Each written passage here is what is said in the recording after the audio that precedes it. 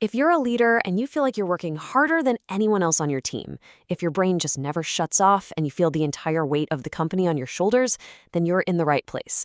You're the hero who's always saving the day, but you are completely exhausted. So let's get into why that is.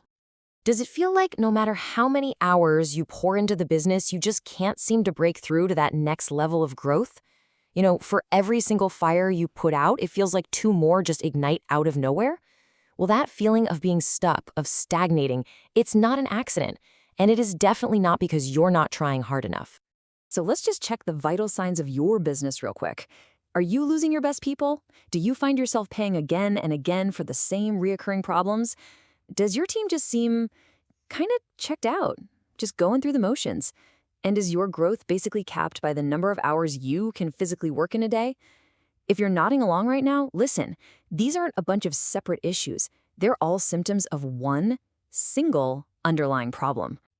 And here is the big twist. The real problem isn't your team. It's not the market. It's not even your strategy. The problem is you. Your greatest strength, your incredible ability to jump in, solve any problem, and be the indispensable hero, that strength has actually become the very brake that is stalling your company's growth and pretty much guaranteeing your own burnout. So let's get a really clear diagnosis here. We're going to hold up a mirror and see if you've fallen into what we call the hero's trap. And look, this isn't about blame, not at all. It's about understanding the system that you've accidentally created around yourself. All right, let's run a quick diagnostic and be really honest with yourself on these 4 questions. First, what percentage of daily decisions actually need your stamp of approval? If it's over half, well, you're the bottleneck. Second, what would happen if you just disappeared for 2 weeks? No calls, no emails, nothing. If the answer is total chaos, then your business just isn't built to scale. Third, when your team comes to you, are they bringing problems or are they bringing proposed solutions? If it's always problems, that's a huge sign they're afraid to take risks. And finally, number 4, could your top performers clearly explain to you right now how to get a promotion? If the answer is no, then their path for growth is a total mystery. Any of these sounding a little too familiar? These are the giant red flags of the hero's trap. And what's so interesting here is how this really frames 2 totally different paths. The hero leader you see is addicted to being indispensable. The whole business depends on them. They control people, they're constantly firefighting, and at the end of the day, they've built themselves a very, very demanding job. The architect leader, on the other hand, does something different. They build systems. They depend on the process. They audit the system, not the people, and they design fireproof solutions from the get-go. They're building a scalable asset, not just another job. Now look, these aren't just some abstract ideas. The path you choose has real, tangible consequences that will absolutely define your legacy. Let's look at 2 stories that could not be more different, but they illustrate this point perfectly. First up, we have the cautionary tale of Calzado Canada. The founder, Salvador Lopez Chavez, he was the ultimate hero leader. I mean, this guy built a massive empire from scratch, and he controlled every single aspect of it with his personal genius. The company was him. And the result? When he died, the whole system died right along with him. The multi-million-dollar business just collapsed because he left behind a kingdom, sure, but no operating system to actually run it. And this just perfectly illustrates the lesson, doesn't it? A leader who doesn't create systems that can survive without them is basically dooming their own legacy. Your indispensability becomes the company's single greatest point of failure. Now for the complete opposite approach, Toyota. After World War II, they were on the brink of bankruptcy. And Toyota wasn't saved by some single hero working 100-hour weeks. No, it was saved by an architect leader who put in a whole new operating system. They basically transformed every single worker on the assembly line into a guardian of quality and efficiency. And it all came down to the question they started asking. Instead of saying, "Do what I tell you," they asked, "You're the expert on this machine. How can we improve this process together?" They even gave every worker the power to stop the entire production line if they saw a problem. Now, a hero leader would see that as a total loss of control. But an architect, they see it as the ultimate form of control. Control over the system itself, built on a foundation of trust.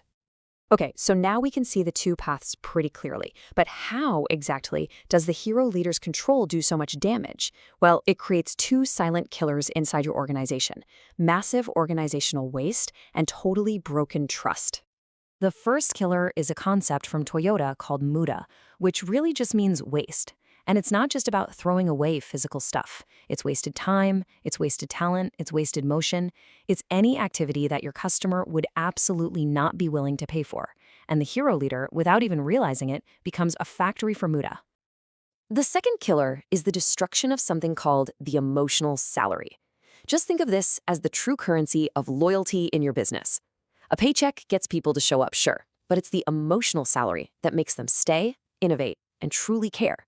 And it's built on these 7 core pillars you see here, things like autonomy, a sense of purpose, and psychological safety. And here's where it all connects. When a hero leader micromanages every decision, they destroy the pillar of autonomy. And the result? The muda of waiting, because the entire team is just sitting around, paralyzed, waiting for approval. When they blame people for making mistakes, they completely shatter psychological safety. The result of that? The muda of defects, because now everybody just hides their problems instead of trying to solve them. And when they hog all the key projects for themselves, they break growth and opportunity, creating the muda of unused talent. Your actions are directly creating the very waste you're trying so hard to eliminate. Seriously, just think about it from your team's perspective for a second. This quote just captures it perfectly. When you act as the hero, swooping in to save the day, your team doesn't feel grateful. They feel invalidated. They feel like their judgment is completely worthless. Remember, people don't leave companies. They leave the behaviors of their leaders. Okay, I know. That's the problem, and it's a pretty bleak picture. But the good news is there is a clear, actionable solution. And it's not about changing your entire personality. It's just about changing your tools. So let's move on to the architect's blueprint and see how you can build your way out of this. The fundamental shift you have to make is this. You have to stop working harder and start designing smarter. You have to move away from a system that depends on you, on your personal control, and move toward a system that depends on a process. That's systemic control. You don't let go of control, you just transfer it. Now, the main tool for doing this is something called a non-intervention protocol, or a PNI. Put simply, it's just a formal, written system that transfers a specific decision away from a person, that's you, and onto a clear, auditable process. This is the tool that lets you delegate really critical tasks without losing a wink of sleep. So what does one of these protocols actually look like? Well, it has 6 key components. First, the trigger. This is a specific objective event, not a feeling but a hard fact, like inventory drops below 50 units. Second, the owner. You assign a role, not a specific person, who's closest to the problem, and you give them real authority.